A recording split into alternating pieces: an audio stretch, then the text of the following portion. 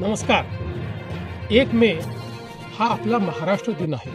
तसाच जागतिक कामगार दिन देखील आहे. मी सर्वांना या निमित्त अतिशय मनापासून शुभेच्छा देतो.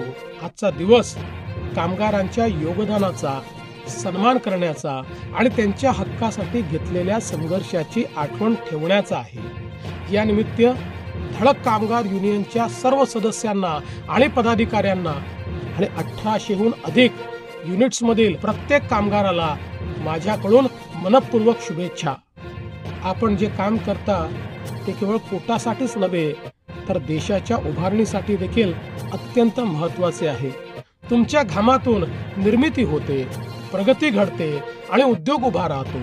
धडक कामगार युनियनचे संस्थापक महासचिव आणि माझे मित्र अभिजित राणे यांनी धडक सारखी युनियन उभी केली.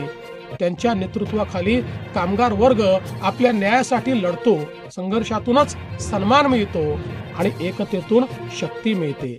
आजच्या या दिवशी आपण सर्वांनी निर्धार करूया, एकमेकांना साथ देत देशाला आणि आपल्या राज्याला पुढे नेऊया. सर्वांना कामगार दिनाच्या हार्दिक शुभेच्छा.